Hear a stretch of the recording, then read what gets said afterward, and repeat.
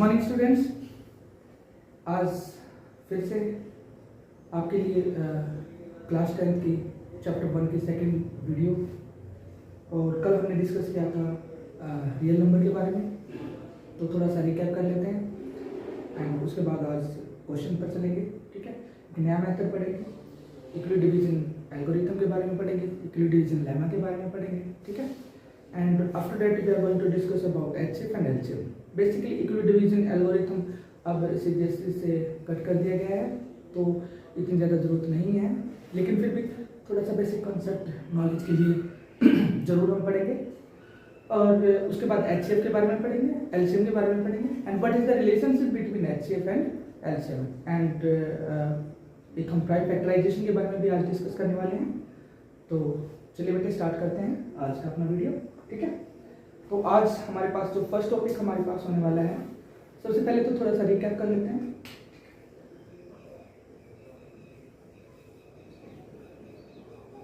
कल हमने स्टार्ट किया था रियल नंबर। ठीक है, रियल नंबर होता क्या है? ठीक है, एक्चुअल रियल नंबर वो क्या होता है? एक ऐसा नंबर जिसके अंदर रैशनल और इरेशनल, रैशनल और irrational both numbers are lies, जिसके अंदर रैशनल और इरेशनल दोनों नंबर लाइक करते हैं, उसे क्या बोलते हैं? Real number. अब कल हमने डिस्कस किया था रैशनल नंबर कौन से होते हैं? Those numbers which are in the form of p by q but q is not equal to 0 and not in the form of p by q, not in the form of p by q is called a rational number। फिर हमने इनके decimal form के बारे में भी discuss किया था। 2.3 क्या है? ये टर्मिनेटिंग टर्म है, ठीक है, और 2.3 बार ये क्या है? नॉन टर्मिनेटिंग है।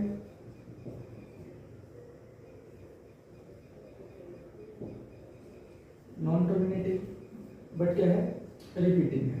ठीक है, ये दोनों क्या कहलाएंगे बच्चे? Rational number. ठीक है, और यहाँ पर क्या आता है?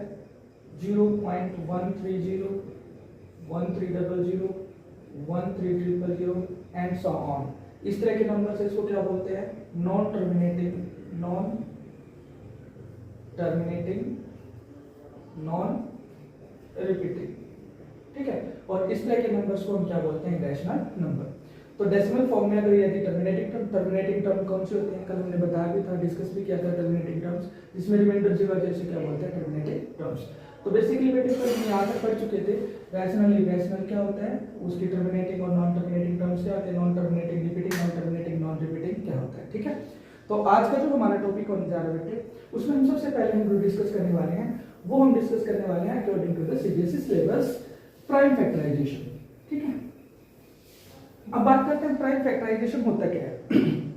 सबसे पहले तो बात करते हैं प्राइम नंबर की। ठीक है, कल हमने डिस्कस भी किया था कौन से होते हैं prime numbers? Those numbers which are divisible by 1 and itself only, जो 1 से और अपने आप से डिवाइड होते हैं, कंप्लीटली डिवाइड होते हैं, बाकी किसी और संख्या से कंप्लीटली डिवाइड नहीं होते हैं। ठीक है, उसे क्या बोलते हैं? Prime numbers. जैसे मैंने एग्जांपल के तौर पर लेते हैं 2, 3, 5, 7, 11, जो ये नंबर्स हैं ये सारे के सारे क्या हैं? Prime numbers. अगर मैं बात करूं प्राइम फैक्टर की, किसकी बात करता हूं?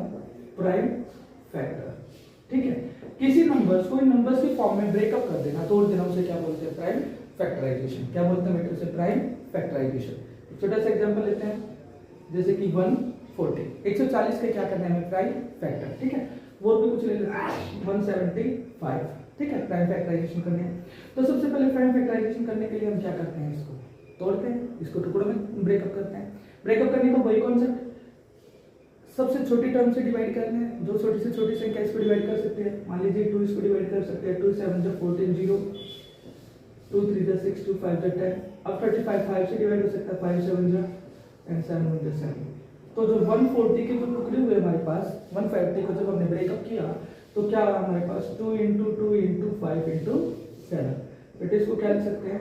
2 का स्क्वायर × 5 × 7 स्क्वायर के लिए, क्योंकि 2 टाइम्स था इसलिए उसको क्या लिख सकते हैं? 2 का स्क्वायर। तो देखिए ये सारे क्या है? इसके प्राइम फैक्टर। क्या हुए? सारे के सारे इसके प्राइम फैक्टर। ठीक है, सेम से फिर 175 के प्राइम फैक्टर करना है तो हम इसको क्या करेंगे, ब्रेक करेंगे। ठीक है, कैसे ब्रेक करेंगे, 5 3 जा 15, 2 5 5 जा 25। ठीक है, 5 7 जा 25 एंड 7 1 जा 7। ठीक है भाई, तो प्राइम फैक्टराइजेशन क्या है 175 के, यदि मैं 175 के प्राइम फैक्टर करता हूँ तो 5 इंटू 7, इसे मैं क्या लिख सकता हूँ 5 square into 7। This is called the prime factorisation, this is called the prime factorisation. It means हमने किसी टर्म को इन प्राइम टुकड़ों में तोड़ दिया। ठीक है, उस तोड़ने को क्या बोलते हैं, प्राइम फैक्टराइजेशन। क्या बोलते हैं उसी को, प्राइम फैक्टराइजेशन। अब इस प्राइम फैक्टराइजेशन, ये तो न्यूमेरिक वैल्यूज थी। अब एक बच्चे ने क्वेश्चन किया, सर मान लीजिए हमारे पास है a b स्क्वायर। ठीक है, तो इसके प्राइम फैक्टराइजेशन क्या होंगे, बिल्कुल सिंपल सी बात है बेटे, a 1 टाइम है, b क्या है 1 टाइम और b क्या है 1 time, but this is not a called prime factorisation, this one is called a factor.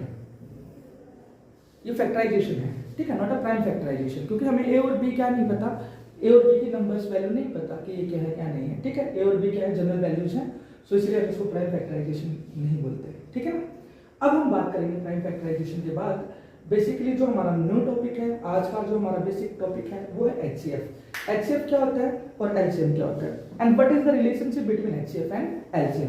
बेटे एचसीएफ होता है हाईएस्ट कॉमन फैक्टर और एलसीएम क्या होता है, लीस्ट कॉमन मल्टीपल। ठीक है, तो बात आई sir HCF and LCM find out करने के मेथड्स की बात करते हैं। ठीक है, तो आज हम बेसिकली बात करेंगे एचसीएफ एंड बात करेंगे एलसीएम। एचसीएफ का मतलब क्या होता है, highest common factor, highest common factor, और एलसीएम का मतलब क्या होता है, least common multiple, least common multiple. ठीक है, अब बेटे बात करते हैं 2 डिजिट्स में भी निकाल सकते हैं एचसीएफ एंड एलसीएम, 3 डिजिट्स में भी निकाल सकते हैं एचसीएफ एंड एलसीएम, लेकिन हम बात करेंगे सबसे पहले हमें एचसीएफ और एलसीएम निकालने का जो फर्स्ट मेथड होता है वो होता है प्राइम फैक्टराइजेशन मेथड से। क्या कीजिए, एचसीएफ और एलसीएम निकालिए। अब प्राइम फैक्टराइजेशन मेथड से मान लीजिए मुझे प्राइम फैक्टराइजेशन मेथड से फाइंड एचसीएफ ऑफ 12 एंड 15। हमारे पास दो टर्म दी थी, हमारे पास एक 12 और एक क्या है 15, और क्या बोल दिया कि आपको इसका एचसीएफ निकालना है। कौन से मेथड से निकालना है, प्राइम फैक्टराइजेशन मेथड से। तो फर्स्ट ऑफ ऑल तो प्राइम फैक्टराइजेशन मेथड में हमें क्या करना पड़ेगा, इसके फैक्टर करने पड़ेंगे। तो 12 पे फैक्टर करेंगे तो क्या आएगा, 2 6 से 12, 2 3 जा 6 एंड 3 बन जा 3। 15 लिखेंगे तो बेटे भाई 3 5 जा 15, 5 बन जा 5। ठीक है, अब इनके फैक्टर्स को लिखेंगे बेसिकली। 12 के जो फैक्टर उसको 12 के सामने लिख देंगे, और बच्चे जो 15 के जो फैक्टर हैं उसको 15 के सामने लिख देंगे 3 into 5। ठीक है डियर, अब देखिए इन दोनों में कॉमन टर्म क्या है, इन दोनों में कॉमन टर्म है सिर्फ 3। क्या है कॉमन टर्म, 3। आपको बात क्लियर है, किसी को कोई डाउट है तो बेटे पूछ सकते हैं। तो कॉमन टर्म क्या है, 3। यदि कॉमन टर्म 3 है तो इसका मतलब जो हमारा एचसीएफ होगा ना वो क्या होगा, 3। क्लियर है। अरे एचसीएफ का मतलब क्या था, हाईएस्ट कॉमन फैक्टर, वो बड़ी से बड़ी संख्या, वो बड़ी से बड़ी संख्या जो दी गई संख्याओं को डिवाइड कर सकती है। इससे बड़ी कोई भी ऐसी संख्या नहीं जो इन दोनों को डिवाइड कर सके। सिर्फ 3 ही सबसे बड़ी वो संख्या है जो 12 को और 15 को क्या कर सकती है, डिवाइड कर सकते हैं। इसके अलावा इससे बड़ी कोई ऐसी संख्या नहीं जो इन दोनों को कंप्लीटली क्या कर सके, डिवाइड कर सके, इसलिए इसको क्या बोलते हैं, एचसीएफ। ठीक है, अब इसी मेथड से हम क्या निकालना चाहते हैं, एलसीएम। वही प्राइम फैक्टराइजेशन से, सिंपल सी बात, 12 एंड 15। 12 के प्राइम फैक्टराइजेशन करेंगे, 2 6 से 12, 2 3 जा 6 एंड 3 बन जा 3। ठीक है, फिर से करेंगे 3 5 जा 15 एंड 5 बन जा 5। फिर से वही लिखेंगे, 12 के फैक्टर क्या हुए, 2 into 2 into 3 एंड 15 के फैक्टर क्या हुए भाई, 3 into 5। अब एलसीएम निकालते वक्त आपको एक सिंपल सी बात ध्यान रखनी है। ठीक है, वो क्या बात ध्यान रखनी है, आप इसमें देखिए कौन कौन से फैक्टर हैं। एक फैक्टर तो हो रहा है 2, एक 3 और एक 5 है ना। इसके अंदर 2 भी फैक्टर आ रहा है, 3 फैक्टर आ रहा है, 5 भी फैक्टर है दोनों के अंदर। ठीक है, फिर देखेंगे 2 से ज्यादा बार किसमें है, 2 सिर्फ इसमें है, कितनी बार है, 2 टाइम्स, तो 2 को लेंगे 2 टाइम्स। ठीक है, 3 दोनों में, लेकिन ज्यादा बार किसमें, दोनों में एक ही बार है तो 3 को सिर्फ एक ही बार लेंगे। ठीक है, 5 एक ही बार है तो 5 को भी क्या लेंगे, एक ही बार लेंगे। ठीक है, तो यहां से क्या आता है हमारे पास, 2 2 जा 4 और 5 3 जा 15। 60। तो ये क्या होगा इन दोनों का LCM। अब प्राइम फैक्टराइजेशन मेथड से अगर आप इस मेथड से नहीं करना चाहते और आपको लगता है कि मेथड करना प्राइम फैक्टराइजेशन से ही है, लेकिन हमें ये थोड़ा सा अजीब लगा कि सबसे बड़ी जो संख्या सबसे ज्यादा बार है उसको लेना है, तो उसके लिए कोई दिक्कत नहीं। आप 12 और 15 के क्या कीजिए बेटे, एक साथ फैक्टराइजेशन कीजिए। ठीक है, मान लीजिए 3 4 जा 12, 3 5 जा 15, 2 2 जा 4 5, 2 1 जा 2 5 एंड 5 1 जा 5। ठीक है, ऐसे कर ले। अब इनको मेंशन कर दीजिए क्या है, 3 इंटू 2 इंटू 2 इंटू 5। ठीक है, 3 2 जा 6 एंड 5 2 जा 10, 10 6 जा 60। तो बेटे ये भी क्या आएगा, एलसीएम। तो ये दो मेथड हैं किसके, एलसीएम के। मेथड सेम ही है, बात वही है ना। पापा को पापा बोले, पिताजी बोले, डैडी बोले, उससे कोई फर्क नहीं पड़ता मेरी है। वो डिपेंड करता है, पर्सन टू पर्सन वेरी करता है, उसको पापा बोलना अच्छा लगता है, डैडी बोलना अच्छा लगता है। ठीक है, इसी तरह एलसीएम निकालने का मेथड वही है, प्राइम फैक्टराइजेशन मेथड, बट वो डिपेंड करता है कि बच्चे को कौन सा मेथड अच्छा लगता है, कि मैं जो सबसे ज्यादा बार है उसको लिखूं या फिर एक साथ इकट्ठे फैक्टराइजेशन करके कॉमन फैक्टर्स को लिख देता हूं। ठीक है, तो वो क्या कहलाएगा मेरे डियर, लीस्ट कॉमन मल्टीपल। ठीक है, LCM, और वो क्या कहलाएगा, HCF। ठीक है, अब HCF निकालने का एक और तरीका है। ठीक है, मेथड एक और कर लेते हैं। ठीक है, उसे बोलते हैं long division method. Long division method में क्या होता है कि जो सबसे बड़ी टर्म है, मान लीजिए 12 और 15 की बात कर रहे हैं, तो इनमें से बड़ी टर्म 15 है, 15 को अंदर रखेंगे, 12 को बाहर, 12 बन जाए 12, 15 माइनस 12 क्या है, 3।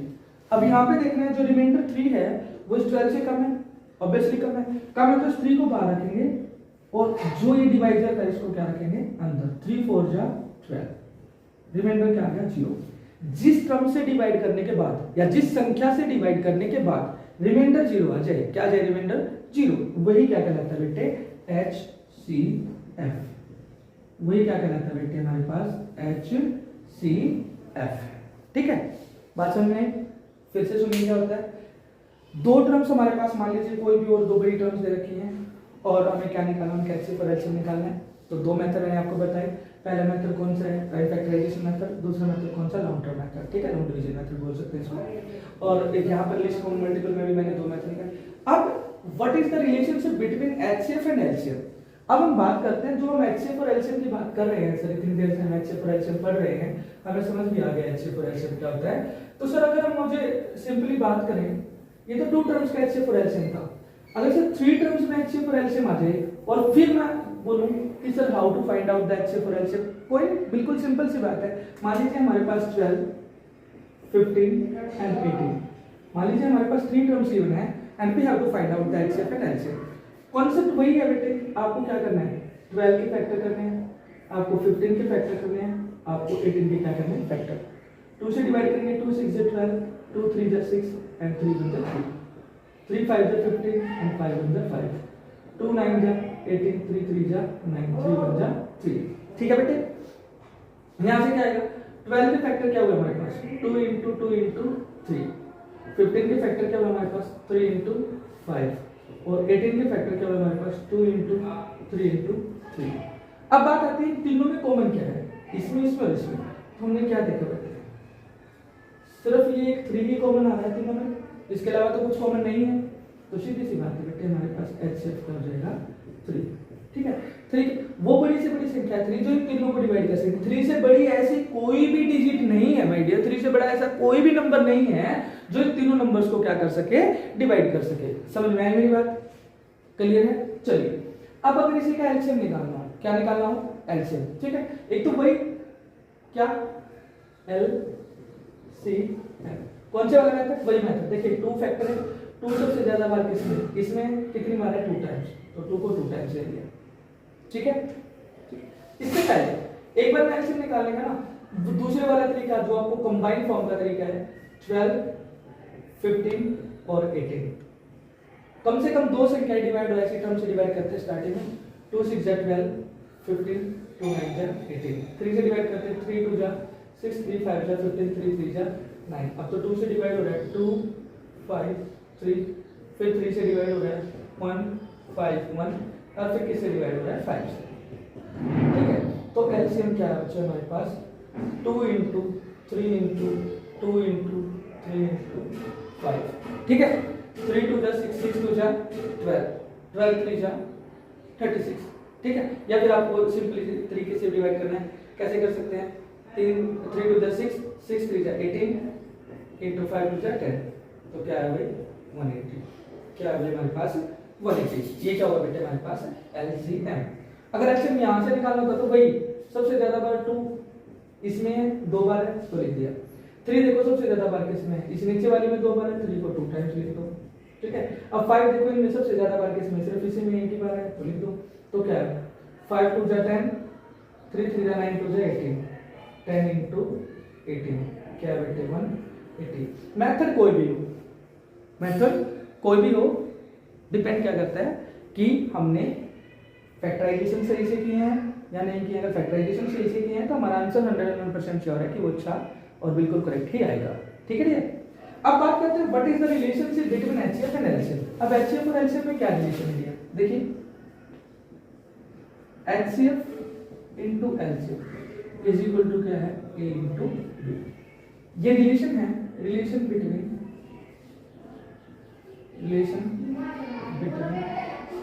एचसीएफ एंड एलसीएम, ठीक है भाई। किस किस के बीच का रिलेशन है ये, एचसीएफ और एलसीएम के बीच का रिलेशन है। मैं सिंपल सी बात करता हूँ कि मुझे यहाँ से अगर ए और बी का, यहाँ पर एचसीएफ आपको पता है हाईएस्ट कॉमन फैक्टर, एलसीएम आपको पता है लीस्ट कॉमन मल्टीपल, और ए क्या होता है यहाँ पर फर्स्ट टर्म, बी क्या होता है यहाँ पर सेकंड टर्म।